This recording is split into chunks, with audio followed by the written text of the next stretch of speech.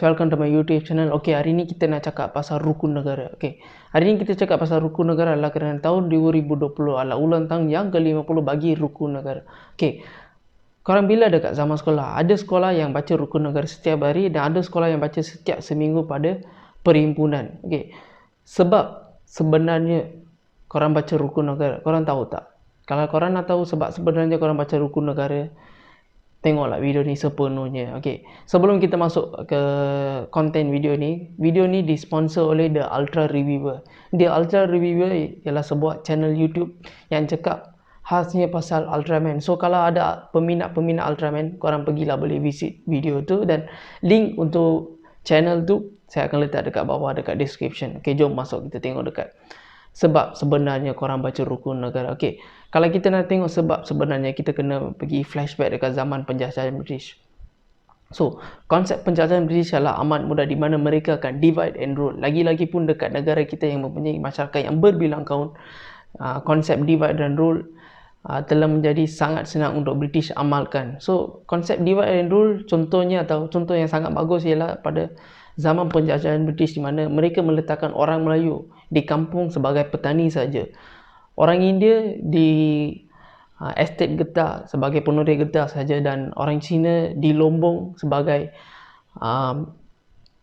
pelombong ataupun segelintirnya di bandar sebagai bisnes. Itu saja mereka. So contoh macam saya cakap, mereka mengamalkan konsep divide and rule secara sangat mudah di negara kita yang mempunyai berbilang kaum, dan hal ini telah menyebabkan tahap perpaduan antara rakyat yang berbilang kaum di Malaysia menjadi sangat rendah. Tetapi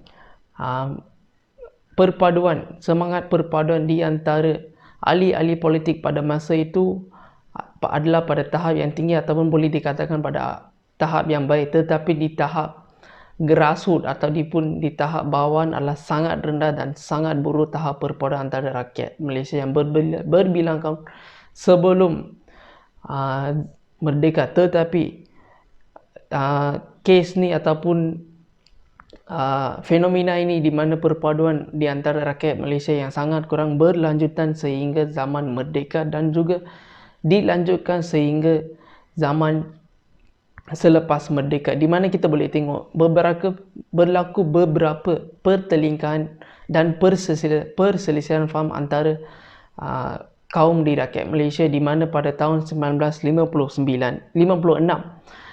semasa sambutan Pulau Pinang diisytiharkan sebagai sebuah bandar, berlaku satu pertelingkahan kaum. Pada tahun 1960 di Bukit Mertajam berlaku satu pertelingkahan kaum, dan juga pada tahun 1966 dan 67 berlaku pertelingkahan kaum di Pulau Pinang. Dan kemuncak pertelingkahan kaum berlaku pada 13 Mei 1969, dan confirm saya tahu, sesiapa yang tengok video ni korang tahu apa yang berlaku pada 13 Mei 1969.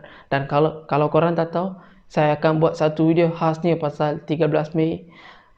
Dekat saya lagi satu video lah, sebab yang tu bab yang sangat besar. Nanti saya akan buat lagi satu video. So pada 13 Mei satu huru-hara yang besar berlaku, rusuhan kaum berlaku sehingga darurat diisytiharkan, parlimen dibubarkan, persidangan parlimen diberhentikan, dan Mageran ditubuhkan. Mageran ialah Majlis Gerakan Negara. Tugas Mageran ialah semasa darurat diisytiharkan, Mageran lah mereka akan menjalankan urusan di negara kita. So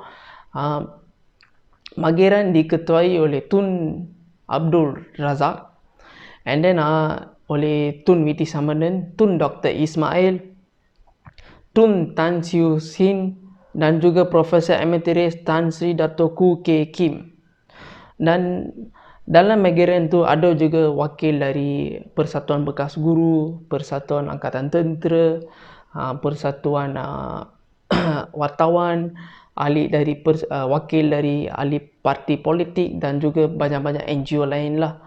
And then so Mageran akan menjalankan negara, dan selepas huru-hara semua settle, semua dah habis, semua dah menjadi dah berubah biasa, macam semua orang darurat telah ditarik balik, dan macam semua dah macam berjalan lancar dan semua sudah okey, ahli-ahli Magiran ni duduk dan berbincang apa yang mereka boleh buat untuk meningkat dan memupuk semangat perpaduan di antara rakyat Malaysia yang berbilang kaum, dan banyak cadangan telah dikemukakan kepada Magiran dan juga banyak cadangan telah dilaksanakan oleh Magiran.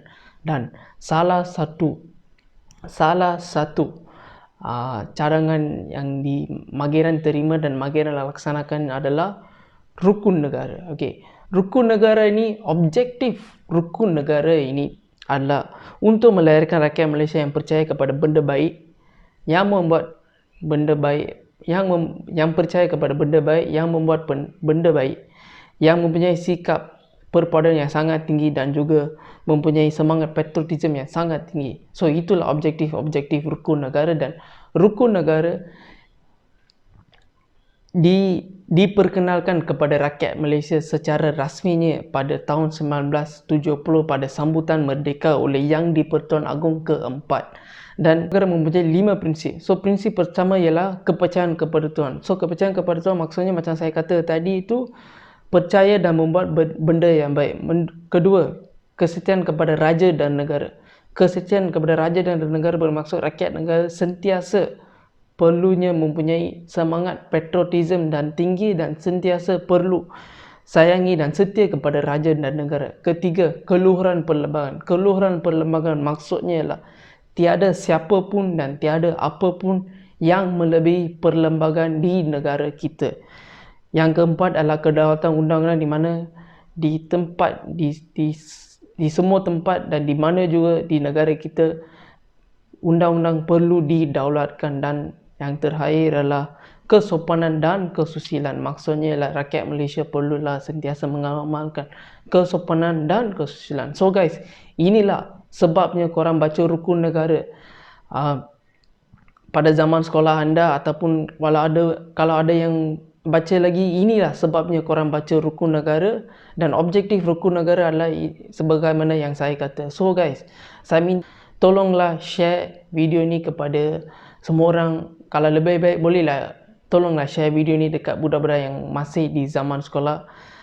Tak salah kita share video-video baik dan dengan penuh informasi ini kita dapat pahala saja. So untuk video ni itu je guys. That's all. Thank you from